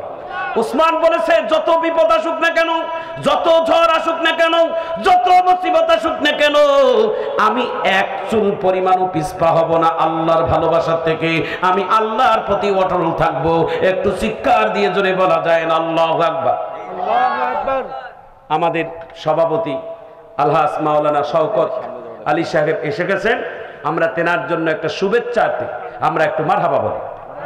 একটু জোরে বলেন মারহাবা। আমার ভাইজান, আমার বন্ধুগণ, এখন আমি আপনাদেরকে অতিরিক্ত 10 মিনিটের কথা বলবো। এই 10 মিনিটের মধ্যে আপনারা শেষ ফিনিশিং দিয়ে দিবেন। একটু চিৎকার দিয়ে জোরে বলা যায় না আল্লাহু আকবার। আমি আপনাদের সামনে আল্লাহর পবিত্র কোরআনুল কারীমের 114 নম্বর সূরার ভিতরে 112 নম্বর সূরা আমি আপনাদের খেদমতে তেলাওয়াত করেছি, যাহা সবার মুখস্থ আমাদের আছে। এই সূরাটার নাম হলো সূরাতুল ইখলাস। কি নাম? ইখলাস। যদি কেউ না বোঝেন তাহলে বাংলায় হলো সূরা কুল হু আল্লাহু আহাদ না। যদি অনেক মানুষকে বলি ভাই সূরাতুল ফাতিহা পড়ো, বুকে হাত দিয়ে চুলকায়, হুজুর জানি না। যদি কই ভাই আলহামদুলিল্লাহ পড়ো, তখন বলবে আলহামদুলিল্লাহি রাব্বিল আলামিন। অনেকে সূরার নাম জানে না, একটু জোরে বলো আল্লাহু আকবার। এক একটা সূরার এক একটা গুণ। সূরাতুল ইখলাসের অর্থ হলো একত্ববাদ। জোরে বলেন কি নাম? একত্ববাদ। কার একত্ববাদ? আল্লাহর গোটা গুণাবলীটা আল্লাহ তাআলা সূরা ইখলাসের মধ্যে রাখছেন। একটু চিৎকার দিয়ে জোরে করো আল্লাহু আকবার। এই সূরার ভিতরে 4টা আয়াত আছে। জোরে বলেন কয়টা? 1 নাম্বার, আমার দিকে তাকান, 10 মিনিটে আলোচনা শেষ। কুল হু আল্লাহু আহাদ, এটা একটা আয়াত। আল্লাহুস সামাদ, লাম ইয়ালিদ ওয়া লাম ইউলাদ, এটা একটা আয়াত। ওয়া লাম ইয়াকুল লাহু কুফুয়ান আহাদ। একটু আস্তে আল্লাহু আকবার কর। আজকে শিখবেন নতুন কিছু, আপনারা মনোযোগী দেন। আল্লাহ রাসূল বলছেন, কোন মুসলমান যদি বিসমিল্লাহর সহিত একবার, কয়বার? একবার সূরাতুল ইখলাস পাঠ করে, তাহলে তার জন্য কি উপহার? নবী পাক বলেন, 1 থেকে 10 পারা কোরআন শরীফ পড়লে যা সওয়াব হবে, কোরআন শরীফের একটা সূরা ইখলাস পড়লে সেই সওয়াব আল্লাহ দান করবে। সুবহানাল্লাহ। কি বড় ভুল বাড়ি যাই কইবেন? তো সুবহানাল্লাহ এখানে বললে অসুবিধার কি? সুবহানাল্লাহ জোরে কর। নবী পাক বলেন, সুবহানাল্লাহু তামলাগুল মিজান ওয়ালহামদুলিল্লাহি তামলাগুল মিজান। যে ব্যক্তি দুনিয়ার জমিনে নেকির জন্য, সওয়াবের জন্য একবার সুবহানাল্লাহ বলবে, আল্লাহ তাআলা তার কিয়ামতের দিন আমলনামার পাল্লাটা উহুদের মতো ভারী করে দিবে একবার সুবহানাল্লাহ বলার কারণে। উহুদের পাল্লাটা যত ভারী হবে, একবার সুবহানাল্লাহ পড়লে সেই ভারী করে দিবে। একটু জোরে কর সুবহানাল্লাহ। 1 নাম্বার। আবার বলেন, কুল হুয়াল্লাহু আহাদ, আল্লাহুস সামাদ, লাম ইয়ালিদ ওয়া লাম ইউলাদ ওয়া লাম ইয়াকুল লাহু কুফুয়ান আহাদ। আল্লাহর নবী বলেন, কেউ যদি দ্বিতীয়বার এই সূরা ইখলাসটা ভালোবেসে পাঠ করে, আল্লাহর রাসূল বলছেন আবারও 10 পারার সওয়াব দান করানো হয়। আল্লাহর নবী বলেন, কেউ যদি 3 বার সূরাতুল ইখলাস পাঠ করে, কুল হুয়াল্লাহু আহাদ, আল্লাহুস সামাদ, লাম ইয়ালিদ ওয়া লাম ইউলাদ ওয়া লাম ইয়াকুল লাহু কুফুয়ান আহাদ, আল্লাহর নবী বলেন পুরা কোরআন শরীফ পড়লে যা সওয়াব হবে, সূরাতুল ইখলাস 3 বার পাঠ করলে সেই সওয়াব আল্লাহ তাআলা দান করবে। কেউ যদি সূরা ফাতিহা ইখলাসটাকে ভালোবাসেন, মনে রাখেন, কেউ যদি সূরা ইখলাস ভালোবাসেন, সেজন্য আল্লাহকে ভালোবাসলো। সুবহানাল্লাহ কর। এর থেকে একটা হাদিস বলবো, আপনাদের মনোযোগী হন। আল্লাহর নবীর জামানায়, আল্লাহ রসুলের জামানায় এক মসজিদের জন্য ইমাম চাইলেন নবীর কাছে। আল্লাহু আকবার কর। নবী যাকে তাকে ইমাম দিবেন, আল্লাহর নবী যাকে ইমাম দিবেন তিনিও তো দামি ব্যক্তি। নবী একটা বুড়ো মানুষকে দেখে একজন ইমাম দিয়ে দিলেন। আল্লাহু আকবার। আজ থেকে এই লোকটা তোমাদের ইমাম। লোকটা নামাজ পড়ায়, প্রত্যেক দিন মসজিদে নামাজ পড়ায়, কিন্তু আশ্চর্য ব্যাপার হলো নামাজের সময় 3টি ওয়াক্ত নামাজ জোরে সুরে পড়তে হয়। একটা হলো মাগরিব, আর একটা হলো এশা, আর একটা হলো ফজর, আর আসর আর জোহর এটা আস্তে পড়ানো হয়। যদি কণ্ঠ ভালো না থাকে অসুবিধা নাই, কিন্তু 2-3 ওয়াক্ত নামাজের 3টি ওয়াক্ত নামাজের সূরা জোরে পড়তে হয়। একটা মাগরিব, একটা এশা, একটা ফজর। আল্লাহু আকবার কর। তা ইমাম সাহেব প্রত্যেক এই নামাজে সূরা ফাতিহার পর সূরা ইখলাস পড়ে। 1 দিন, 2 দিন, 4 দিন, 5 দিন, 1 মাস, 2 মাস, 3 মাস, এক সূরা যদি প্রত্যেক দিনে নামাজে পড়ে, এটা মুসল্লির বিরক্ত লাগবে না? মুসল্লিরা এক হয়ে নবীর কাছে যা বলছে, ইয়া রাসূলুল্লাহ, ইমাম এটা চলবে না, ইমাম এটা পাল্টাই দেন। আল্লাহু আকবার। আল্লাহর নবী ইমাম দিয়েছেন, তার কাছে ওই জামানার লোকেরা যা বলছেন, হুজুর ইমাম পাল্টান। কয় কেন? এর কোনো পুঁজি নাই, যা বলে একটাই সূরা জানে। কি সূরা? কয় সূরা ইখলাস। শরীরের পশম খাড়া হওয়ার মতো কথা। ইমাম সাহেব কিছু জানে না, খালি সূরা ইখলাস দিয়ে নামাজ পড়ায়।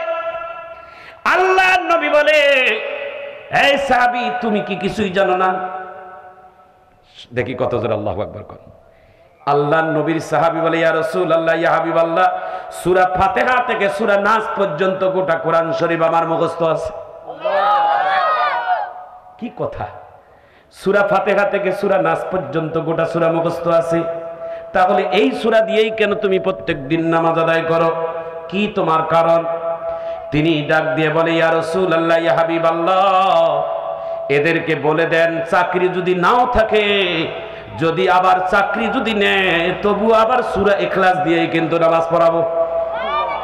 আমি এই সূরা পাঠ করব, এই সূরা আমাকে ভালো লাগে, কারণ এই সূরার ভিতরে আল্লাহর একত্ববাদের কথা আছে, আল্লাহর প্রশংসা, আল্লাহর গুণগানের কথা আছে। এই জন্য এই সূরাকে যারা ভালোবাসে তারা যেন আল্লাহকেই ভালোবাসলো। আমাকে যদি আবার ইমাম নিয়োগ দেন, তাহলে কিন্তু এই সূরায় আমি তেলাওয়াত করব। আল্লাহর নবী ডাক দিয়ে বলে, এ মুসল্লিরা, এ মুসলমানেরা, এই ইমামকে আবারও তোমাদেরকে নিয়োগ দিলাম। এই ইমাম যদি সূরা ইখলাস পড়ে যদি মারা যায়, তাহলে আমি বিশ্ব নবী কথা দিলাম, ইমাম এবং মুসল্লি সবাই তোমরা জান্নাতের উঁচু মাকামে থাকবা।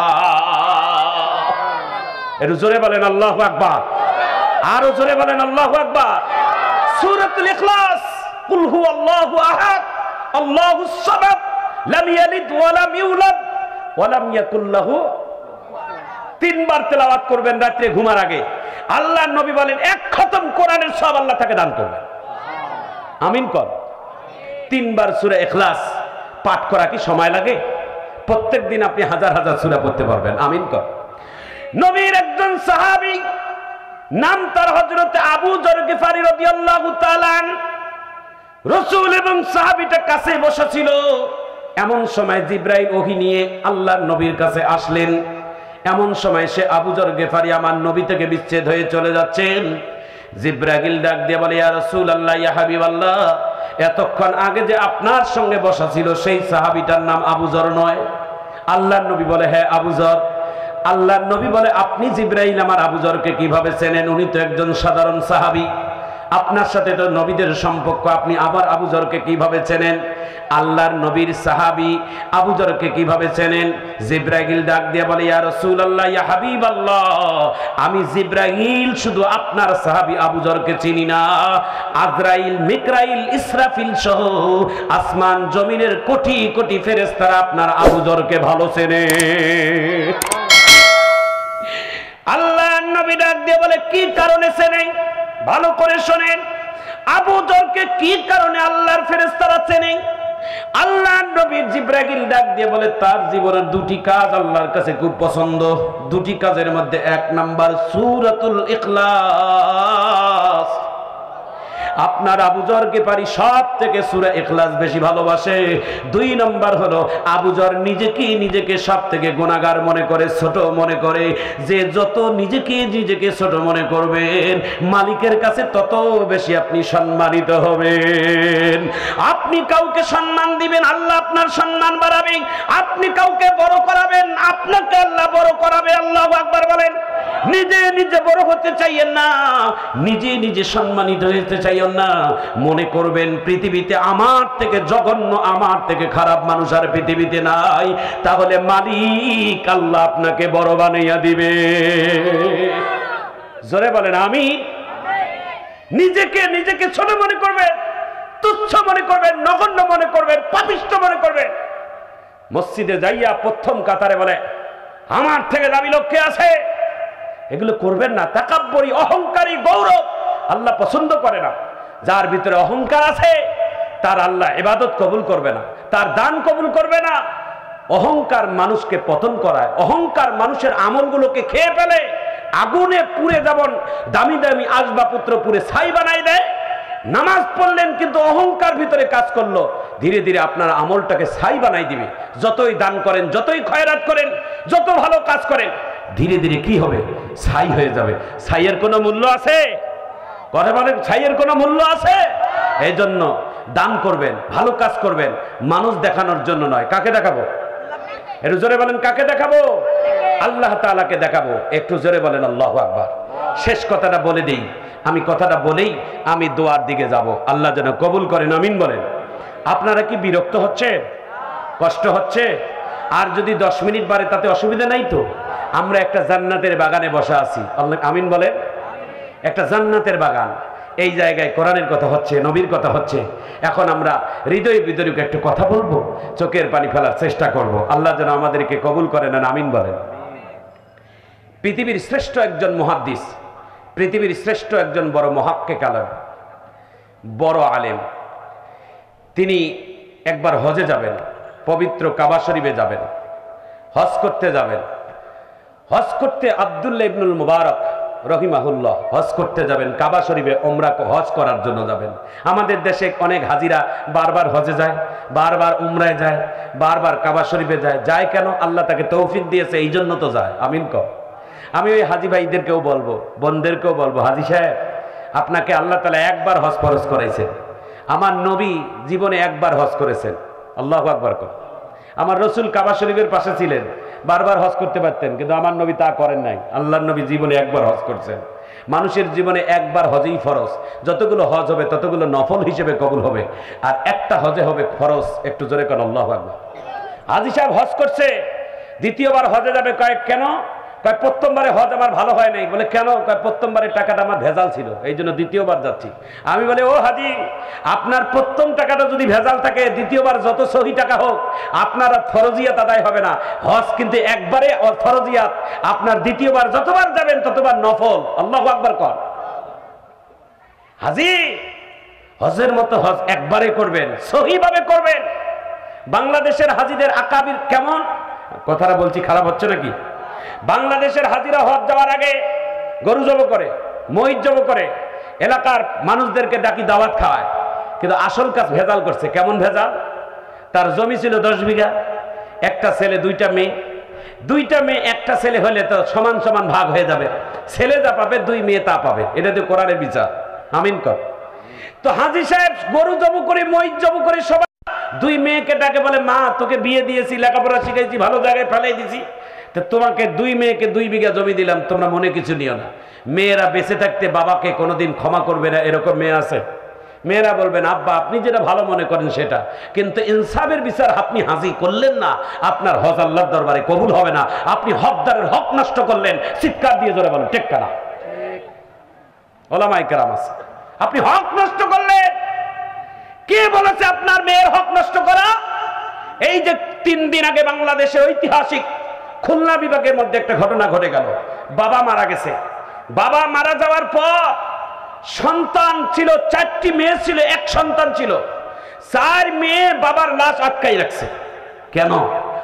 আমার বাবার কোটি কোটি টাকার সম্পদ আমার একটা ভাইকে সব লিখে দিয়েছে, আমরা মেয়ে একটাও দেয় নাই। ইমাম সাহেবকে বলছে, ইমাম সাহেব আপনি জানাজা নামাজ পড়াবেন না, আমরা সমাজের কাছে বিচার চাই। আমার বাবা এই বিচার কেন করলেন, এই কাজটা কেন করলেন? মেয়েরা বলে, আমরা কেউ না। 2 দিন পর্যন্ত লাশটা বাহিরে ছিল। প্রশাসনের লোকেরা, এলাকার স্থানীয় গণ্যমান্য লোকেরা পরবর্তীতে বসে সমাধান করে ওই হাজী সাহেবকে কবর দিল। তবে এটাই হলো বাস্তব কথা, হলো আপনি সম্পদ ছেলেকে লিখে দিয়ে আপনি কি জান্নাত যাবেন? মেয়েটা কি আপনার কি ভেসে আসছে? আপনি হাজী ইনসাফের বিচার করবেন, কাউকে ঠকাবেন না, কারোর সঙ্গে বাটপারি করবেন না। আপনি হজ করতে যাবেন, আল্লাহ যেন কবুল করেন, আমিন বলেন। সম্মানিত ভাইয়ারা, বৃষ্টি হচ্ছে, তবে ইনশাআল্লাহ 2-3 মিনিটে ইনশাআল্লাহ কথা শেষ হয়ে যাবে। আপনারা ধৈর্য হারা হবেন না। বৃষ্টি পড়লেও আমরা ইনশাআল্লাহ থাকবো তো। দোয়া পর্যন্ত কারা কারা থাকবেন একটু হাত তুলে দেখা, এটা হাত তুলে দেখান, আল্লাহু আকবার কর। এই বৃষ্টিতে আমাদের কিছুই হবে না। আমাদের ঈমান যদি মজবুত থাকে, একটু চিৎকার দিয়ে জোরে কর আল্লাহু আকবার। দিলটাকে নরম করে দেন বাবা। 1 ফোঁটা চোখের পানি যদি আপনার আমার চোখ থেকে আসে, আব্দুল্লাহ ইবনুল মুবারক রাহমাতুল্লাহ আলাইহি হজে যাবেন। হজে যাওয়ার আগে হজের রাত্রে তার এলাকা খুঁজতেছেন, এলাকা দেখতেছেন। 40-50 দিনের জন্য কাবা শরীফে যাব, আর এলাকা দেখা হবে না। নিজের এলাকা, জন্মভূমি রাত্রে বেলা দেখতেছেন। সকালবেলা তিনি চলে যাবেন মক্কা মদিনার দিকে, রওনা হবেন আব্দুল্লাহ ইবনুল মুবারক। রাত্রের বেলা তার এলাকা খুঁজতে খুঁজতে তার প্রতিবেশী একজন মানুষ, তার ঘর থেকে কান্নার আওয়াজ আসতেছে, 2টি বাচ্চার কান্নার আওয়াজ আসে। দিলটাকে নরম করে দেন। আব্দুল্লাহ ইবনুল মুবারক যেই বাড়ি থেকে কান্নার আওয়াজ আসে সেই বাড়ির ঘরের চৌকাঠের কাছে যায় কান লাগাইয়া তাক লাগাইয়া শুনে কি জন্য কান্দে। কান্দে এই জন্য দুটি বাচ্চা, আম্মা আমাদেরকে খাওয়া দেন, আম্মা আমাদেরকে খাওয়া দেন, খাওয়া দেয় না এই বলে তখন কাঁদতেছে। আব্দুল্লাহ ইবনুল মুবারক বাড়িতে যাইয়া দেখে তার সন্তান মনটা খারাপ করে বসে আছে। আব্দুল্লাহ ইবনুল মুবারক বলে, কেন কান্দো, কেন তোমার মন খারাপ? কয়, আব্বা পাশের বাড়িতে সুন্দর গোশত রান্না হচ্ছিল, ওনার দুইটি সন্তান ছিল, সন্তান দুটিকে তার মা গোশত রান্না করে গোশত খাইতে দিছে, আমিও সেই সময় উপস্থিত ছিলাম, কিন্তু দুর্ভাগ্য হলো তাদের সন্তানকে তারা খাইতে দিল, কিন্তু আমি খাইতে চাইলে আমাকে খাইতে দিল না। কয়, কোন মহিলা? কয়, আমার পাশের বাড়ি সেই বিধবা মহিলা। আব্দুল্লাহ ইবনুল মুবারক নিজের সন্তানের হাতটা চিপে ধরে ওই মহিলার কাছে গেলেন। মহিলা, তুমি নাকি গোশত রান্না করছিলা, গোশত তোমার সন্তানকে খাওয়াচ্ছিলা, কিন্তু আমার সন্তান মেহমান হিসেবে তোমার ঘরে আসছিল, তুমি কেন খাইতে দাও নাই? মেহমান খাওয়া তো সুন্নাহ। আল্লাহু আকবার কর। তুমি কেন খাইতে দিলা না? মহিলার চোখ থেকে পানি পড়তেছে আর বলতেছে, আব্দুল্লাহ ইবনুল মুবারক, আপনি হলেন এই জামানার সব থেকে বড় আলেম, আমরা জানি আপনাকে শ্রদ্ধা করি, আপনার সন্তানকে কেন খাইতে দেই নাই এই কথাটা শুনলে আপনি সহ্য করতে পারবেন না। আব্দুল্লাহ ইবনুল মুবারক বলে, বলেন, আমাকে বলেন। বিধবা মহিলাটা চোখের পানি ছেড়ে দিয়া বলে, আব্দুল্লাহ ইবনুল মুবারক, আমার বাড়িতে 3 দিন থেকে খাবার ছিল না, আমার সন্তানেরা আমার মায়ের কাছে বারবার খাবার চায়, কোথাও কোনো খাবার পাই না। আজকে 3 দিন পর যখন কাজ না পেয়ে যখন বাড়ির দিকে আসতেছি, রাস্তার প্রতিমধ্যে একটা গরু, একটা মরা মহিষের গোশত আমি পেয়েছি। মরা মহিষ ছিল, ওই মরা মহিষের গোশত কেটে নিয়ে আমার সন্তানকে না বুঝে রান্না করে আমি খাওয়াচ্ছিলাম। আমি আপনার সন্তান যখন ওই গোশত চাচ্ছিল, আমি কেমনি করে আমার আপনার সন্তানকে মরা মহিষের গোশত দেই?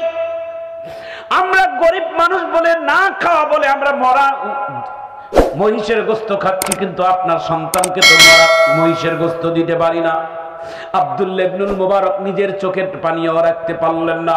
বাড়ির মধ্যে, ঘরের মধ্যে যাইয়া হজের জন্য যা কিছু টাকা জমাইছেন, কাবা শরীফে যাবেন, বিবিকে ডাক দিয়ে বলে, সন্তানকে ডাক দিয়ে বলে, আগামীকাল আমার মক্কা মদিনায় যাওয়ার কথা, আমি ঘোষণা দিয়ে দিলাম আর মক্কা মদিনায় যাব না।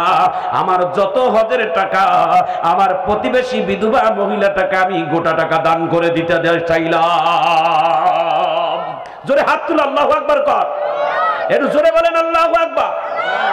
আব্দুল্লাহ ইবনুল মুবারক হজের যতগুলো খরচ সবগুলো ইন্তজাম করে আব্দুল্লাহ ইবনুল মুবারক এভাবে তিনি সবগুলো টোপলা বেঁধে ওই বিধবার মহিলাকে দান করে দিলেন, সন্তানের হাতে দান করে দিলেন। আমার হজে যাওয়ার যা কিছু খরচ তোমাদেরকে দিয়ে দিলাম, তোমরা এটা খাও আর ব্যবসা করে তোমরাও বড় হও। একটু চিৎকার দিয়ে আল্লাহু আকবার বলেন। আব্দুল্লাহ ইবনুল মুবারক সেই বছর আর হজে গেলেন না। হজে না যেয়ে তিনি বাড়িতে থাকলেন, আর আব্দুল্লাহ ইবনুল মুবারকের সঙ্গে যারা যারা হজে যাওয়ার তারা গেলেন। কিন্তু আশ্চর্য ব্যাপার হলো, আশ্চর্য ঘটনাটা হলো, আব্দুল্লাহ ইবনুল মুবারকের যত বন্ধু বান্ধব আছে সবাই হজে গেলেন। হজে যাইয়া কাবা শরীফের মধ্যে সবার আগে একটা তাওয়াফ করে হাজিরা, এটাকে বলে প্রথম উমরার তাওয়াফ। যখন তাওয়াফ করতেছে কাবা শরীফের চত্বরে, তার বন্ধুরা দেখতেছে আমাদের সমাজের সবথেকে বড় আলেম আব্দুল্লাহ ইবনুল মুবারক আমাদের সঙ্গে হজে আসার কথা, কিন্তু হজে আসলো না, ঠিক আমাদেরকে বলল, কিন্তু কাবা শরীফের তাওয়াফের মধ্যে দেখতেছে আব্দুল্লাহ ইবনুল মুবারক আমাদের সামনে তাওয়াফ করতেছে। জোরে বলেন আল্লাহু আকবার। বন্ধু বান্ধবেরা বলতেছে, আমরা খালি যাইতে চাচ্ছি তার সঙ্গে সালাম দেওয়ার জন্য, কিন্তু যত দ্রুত চেষ্টা করতেছি তাকে সালাম দেওয়ার জন্য, কিন্তু যাইতে পারি না, তিনি সামনেই থাকে। কাবা শরীফ তাওয়াফ শেষ, মাকামে ইব্রাহিমের পিছনে 2 রাকাত নামাজ আদায় করলাম। নামাজের সালাম ফিরার পর দেখি আব্দুল্লাহ ইবনুল মুবারক আমাদের সামনে নামাজ আদায় করলেন। নামাজ পড়ার পর সাফা মারওয়া গেলাম সাই করার জন্য। সাফা মারওয়া সাই করার মধ্যেও যে দেখি আব্দুল্লাহ ইবনুল মুবারক আমাদের সামনে সাফা মারওয়া সাই করতেছেন। এইভাবে জামরা ও পাথর মারার সামনেও সব দেখি হজের প্রত্যেকটা দর্শনীয় ফরজিয়াত এবং ওয়াজিবের কাজে সব জায়গায় আব্দুল্লাহ ইবনুল মুবারককে আমরা স্বচক্ষে দেখছি। হজ করে আমরা বাড়িতে আসার পর আমরা হুজুরের সঙ্গে দেখা করার জন্য আসলাম। হুজুর কেমন হুজুর আপনি? আমাদের সঙ্গে যাইতে চাইলেন অথচ খবর দিলেন যাব না, অথচ আমাদেরকে রেখে আপনি হজে গেলেন, সব কাজ আগে আগে করলেন। আল্লাহর ওই বান্দারা বলে আমরা আব্দুল্লাহ ইবনুল মুবারকের বাড়ির মধ্যে এসে দেখি আব্দুল্লাহ ইবনুল মুবারক নতুন কাপড় পরে মাথার মধ্যে সাদা রুমাল পেঁচাইয়া সামনে দস্তরখানা বিছাইয়া দামি খেজুর খাচ্ছে আর মক্কা শরীফের আবে জমজমের পানি খাচ্ছে। জোরে কোন আল্লাহু আকবার। সাথী সঙ্গীরা ডাক দিয়ে বলে যুগের শ্রেষ্ঠ আলেম আপনি, আপনি আমাদেরকে কেন এত মিথ্যা কথা বললেন? কয় কেন? কয় হজে যাওয়ার কথা আপনি গেলেন না, অথচ সবার আগে সব কাজে দেখলাম। আব্দুল্লাহ ইবনুল মুবারক ডাক দিয়ে বলে আল্লাহর নামের কসম করে বলি আমি হজে যাই নাই।